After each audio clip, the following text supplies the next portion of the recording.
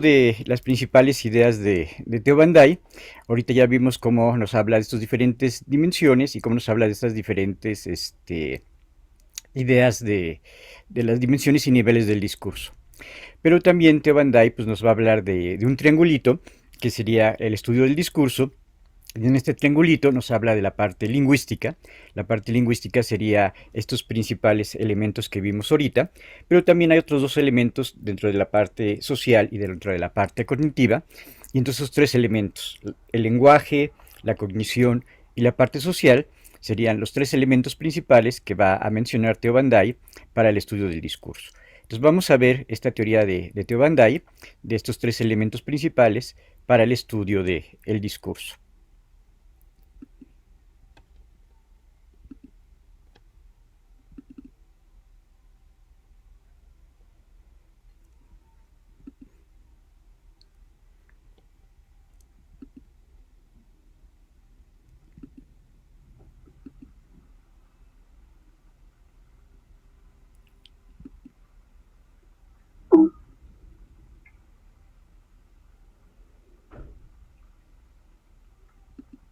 El discurso, a diferencia de lo que sería el lenguaje, o a diferencia de lo que sería el habla, podemos dar dos definiciones principales que tienen que ver con la teoría del discurso.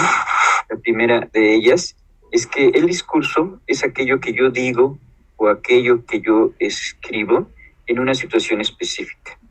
Entonces el discurso siempre lo vamos a tener ubicado en una situación concreta y en un contexto concreto. Puede ser que si yo lo estoy escribiendo para hacer algo literario, puede ser que yo estoy escribiendo un texto científico, o puede ser que yo dé un discurso político o que yo dé un discurso religioso. Entonces, en este sentido, ya estaríamos definiendo todo lo que tiene que ver con una situación comunicativa concreta, con una situación comunicativa específica. La segunda manera importante que tenemos que tener en cuenta con el discurso son los diferentes usos del discurso y qué lenguaje estamos utilizando. Puede ser que yo utilice las palabras para dar una clase, para dar un sermón, o también para que yo quiera convencer en una campaña política, o que yo quiera convencer para comprar determinado producto. Entonces habría determinado uso del lenguaje dependiendo de estas situaciones concretas y dependiendo también de a qué receptores va dirigido mi discurso. Otros aspectos muy importantes que va a mencionar Theo Van Dijk es las diferentes dimensiones del discurso. El discurso tendría varios niveles, varias estructuras o varios aspectos importantes para que se pueda estudiar. Como que nos queda muy claro que la primera dimensión sería la dimensión lingüística, ya sea mediante las palabras, ya sea mediante lo escrito. También últimamente algunos estudiosos del discurso también me van a mencionar que el discurso también puede ser lo que tiene que ver con el aspecto audiovisual. Esa sería la primera definición. Entonces, en este sentido, el discurso estaría completamente relacionada con el lenguaje, y para poder estudiar ese lenguaje que se dice en el discurso, voy a hacer uso de la lingüística. No solo estaría haciendo uso de la lingüística, sino también estaría haciendo uso de la sociolingüística, estaría haciendo uso de la pragmática y estaría haciendo uso de la psicolingüística y de la antropología lingüística, que estas diferentes disciplinas verían cómo se estudia al discurso en las diferentes situaciones comunicativas.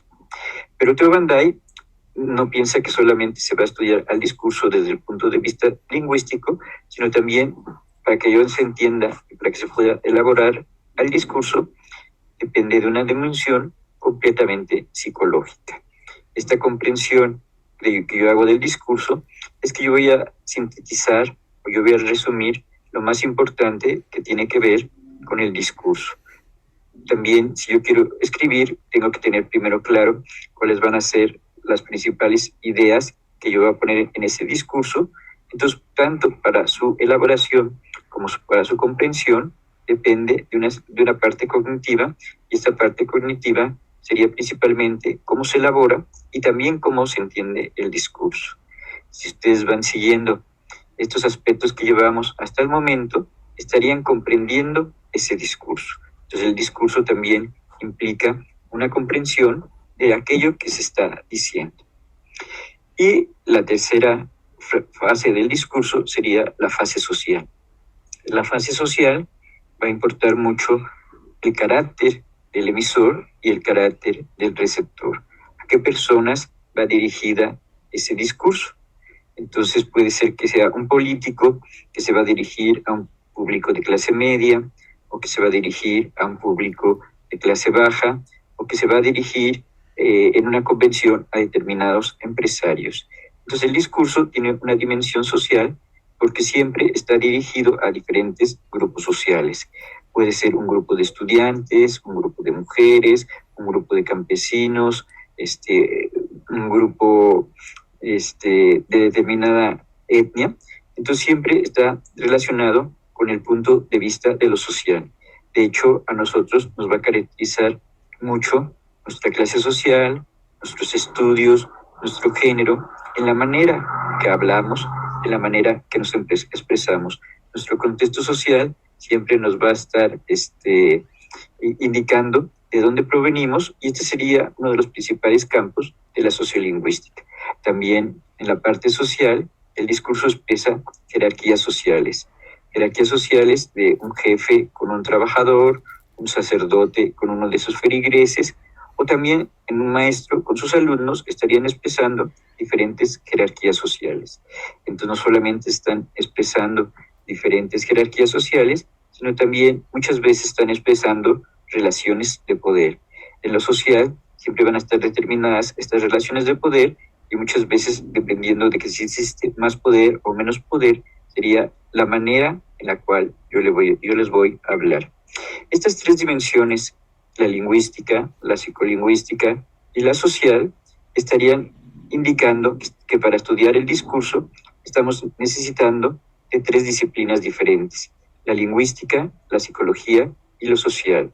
De hecho, Theo Van Dijk lo presenta como si fuera un triángulo, y en este triángulo estas tres disciplinas se están interrelacionando en todo tipo de discurso. Hablado o escrito, tendríamos la dimensión lingüística, la dimensión cognitiva y la dimensión social.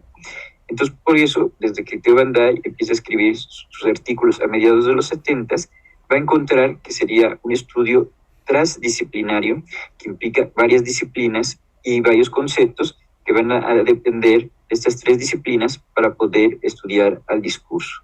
Si solamente estuviéramos estudiando la parte lingüística, nada más sería una sola ciencia, pero como hay más ciencias que estudian todo lo que tiene que ver con el discurso, este se convierte en un estudio completamente transdisciplinario que requiere de varias disciplinas para poder estudiar las diferentes dimensiones que tienen que ver con el discurso.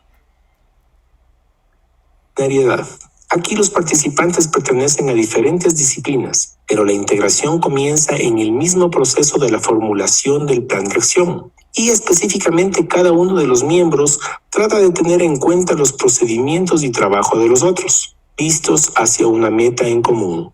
Es decir, la interdisciplinariedad tiene por objeto transferir métodos de una disciplina a otra. Por ejemplo, los métodos de la física nuclear transferidos a la medicina conducen a la aparición de nuevos tratamientos contra el cáncer.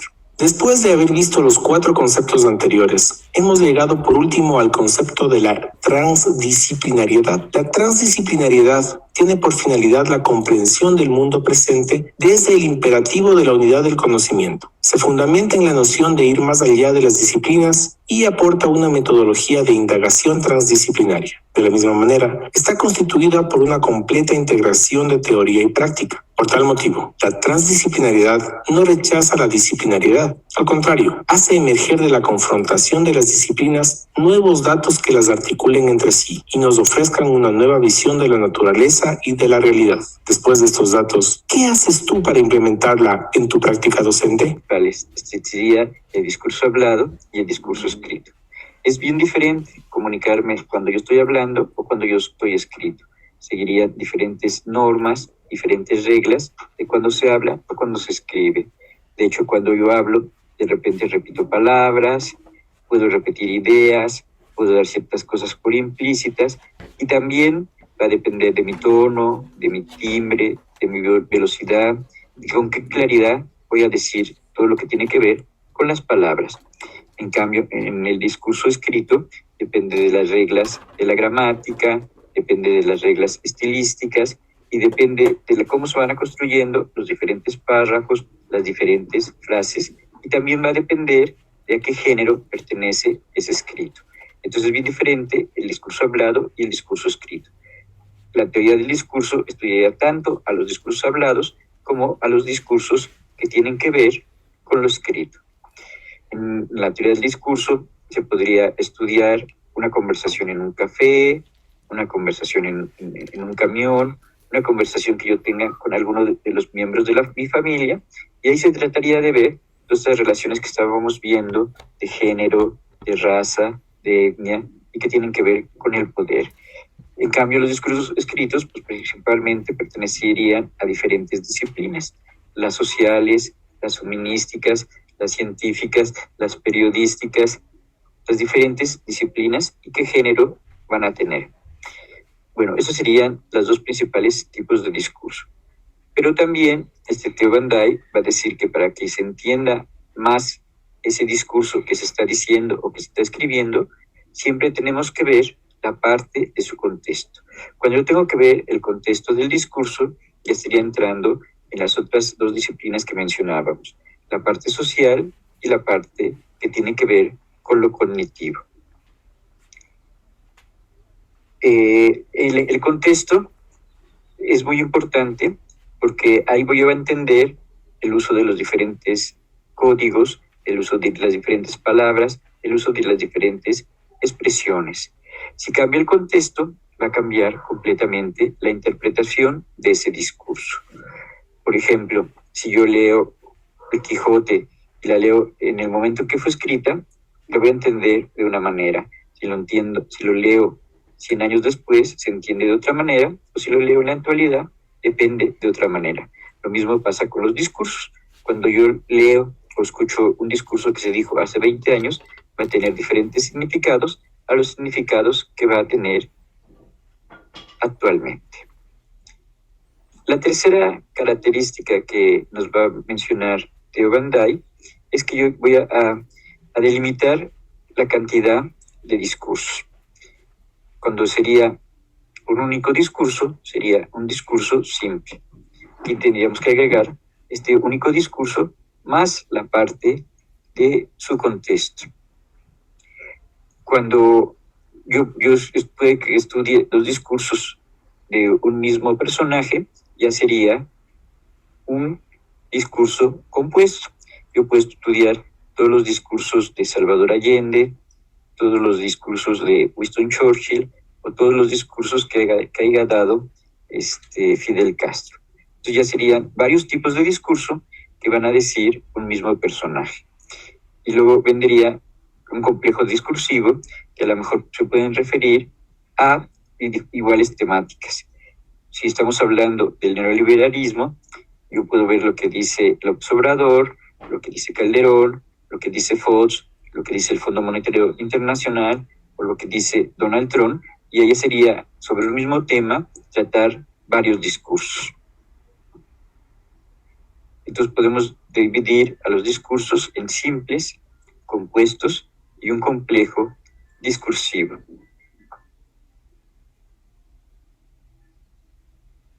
Después vendría la descripción teórica. En la descripción teórica, la unidad básica del discurso se considera que son las oraciones. En la lingüística, la unidad básica del lenguaje serían las palabras, y la lingüística, la gramática, van a estudiar principalmente lo que tiene que ver con las oraciones.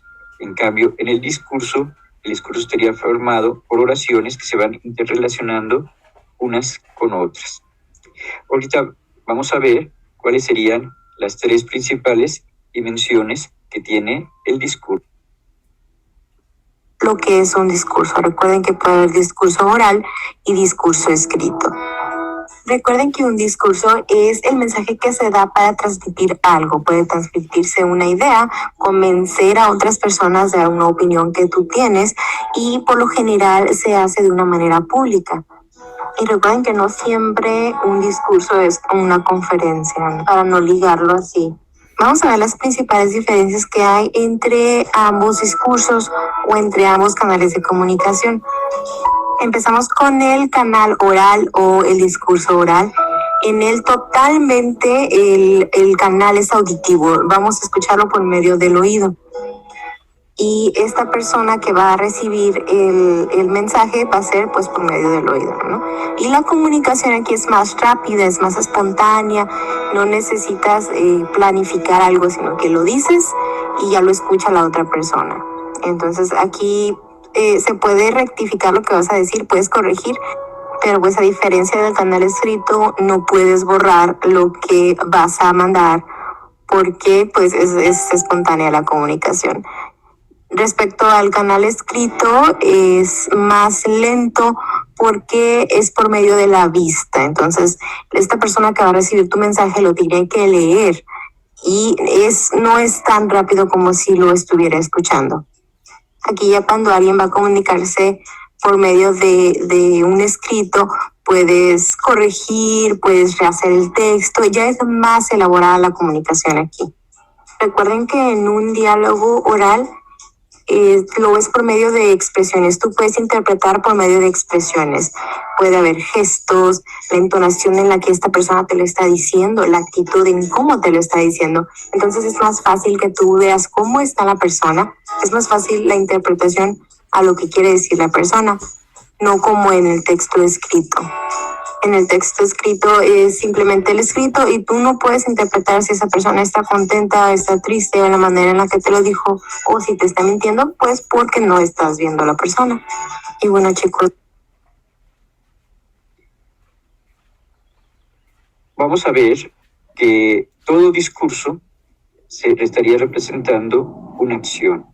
Hablar siempre significa, para los teóricos norteamericanos, una acción, ya sea de perdonar, de disculparse, de saludar, de prometer, de dar una orden, van a significar diferentes acciones.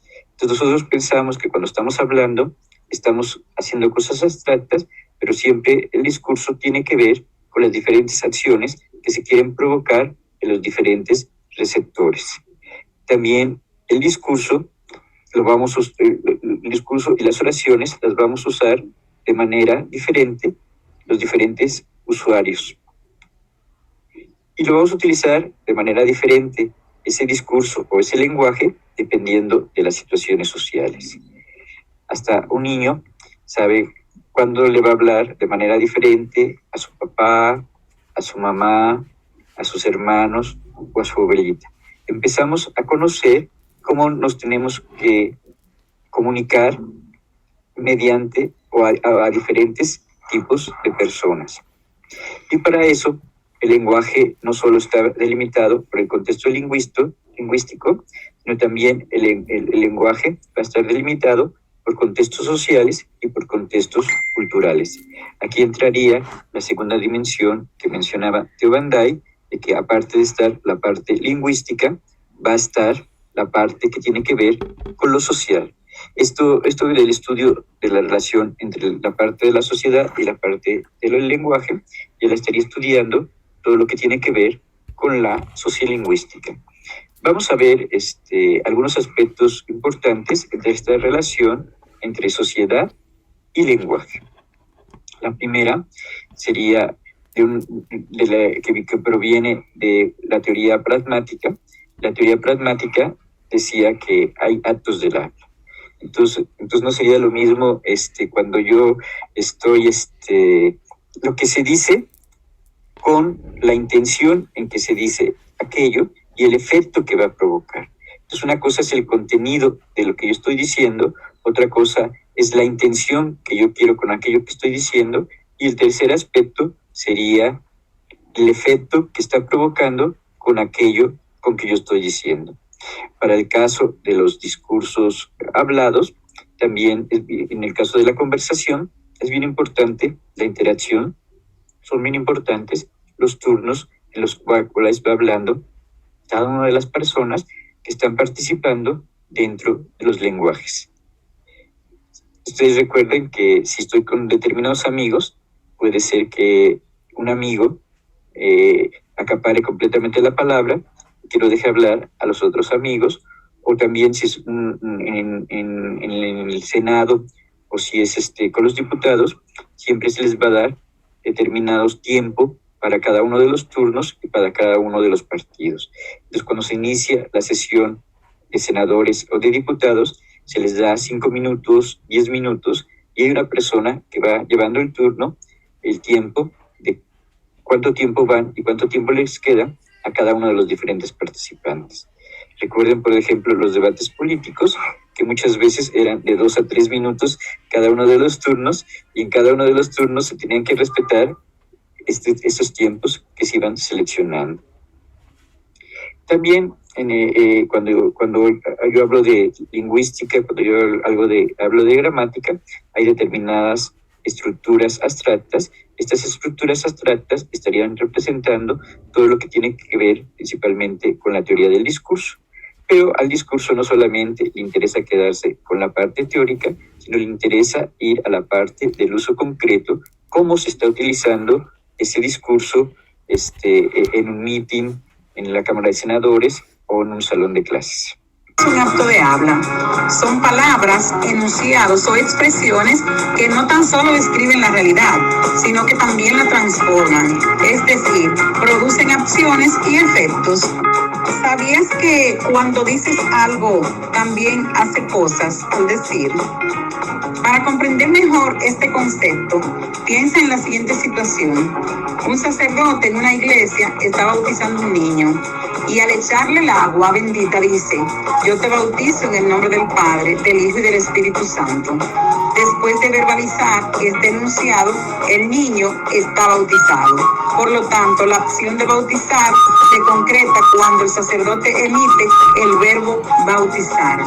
Cuando emitimos un mensaje verbal, no solo damos a conocer una información, sino que también podemos intervenir en la realidad del mundo. Dicha intervención, si se produce en un contexto dado y con una intencionalidad definida, recibe el nombre de acto de habla. Cada vez que emitimos o pronunciamos un acto de habla, realizamos al mismo tiempo 3 actos distintos. Cada uno de estos se relaciona con diferentes aspectos de la acción llevada a cabo por el lenguaje. Estos son acto locutivo, acto ilocutivo y acto perlocutivo. Acto de habla, de una forma esquemática, tenemos acto ilocutivo, decir; fuerza ilocutiva, intención; efecto perlocutivo, efecto que se produce en el receptor. Veamos ahora los actos de habla según John Austin. El acto locutivo es el acto físico de producir una emisión. Por ejemplo, préstame tu cuaderno, acompáñame al supermercado. Actos de habla perlocutivo es lo que se consigue o realiza al proferir un enunciado. Ejemplo, que lo acompaña al supermercado; petición, pedir el cuaderno, pedir. Y acto ilocutivo es el acto que se realiza por medio de la emisión. Es la intención o propósito que tiene el emisor al expresar la oración, que le preste el cuaderno. En el acto de habla es importante tener presente lo que decimos, hay que estudiar, la intencionalidad, que Pedro estudie, y las consecuencias, que responda bien a la prueba. En los actos de habla, los verbos que son necesarios para que exista una determinada acción son denominados performativos. Algunos de ellos son ordenar, bautizar, prometer, declarar, jurar, etc. Y se caracterizan porque al pronunciarlos se realiza una acción al mismo tiempo. Muchas veces no explicitamos nuestras intenciones al decir algo, sino que esperamos que nuestro interlocutor las infiera. Es importante tener claro que el significado del enunciado no siempre coincide con la acción que se efectúa. Así, por ejemplo, cuando alguien dice ¿tienes hora?, le está solicitando a su interlocutor que le informe qué hora es y no le está preguntando si posee la hora. Es importante saber que existen distintos tipos de actos de habla: acto de habla directo y acto de habla indirecto. Acto de habla directo es aquel que se ejecuta en el momento mismo en que el hablante profiere el enunciado. Los verbos performativos descritos anteriormente son característicos de este tipo de acto de habla. Las frases performativas son consideradas acciones en sí mismas, acciones que consisten en pronunciar ciertos verbos en un determinado contexto enunciativo. Acto de habla directo. Por ejemplo, los declaro marido y mujer. Si estas palabras son dichas en medio de la clase a María y a Pedro, no tienen ningún valor performativo. María y Pedro seguirán tan solteros como antes. Pero si las pronuncia un sacerdote durante la celebración del matrimonio, el acto de matrimonio se realiza en ese mismo momento. Los actos de habla directo necesitan ciertas condiciones relativas al contexto en el que se desarrollan, así como el tiempo verbal en que se emiten. Los verbos performativos solo funcionan como tales en presente. Vamos a ver. Bueno, repasamos algunos aspectos que tienen que ver con la parte del lenguaje, de cómo se estudian, y algunos otros aspectos que tienen que ver con la parte de lo social, que serían estos actos del habla y la finalidad y los resultados que se quiere producir con ellos, ¿no? Entonces, después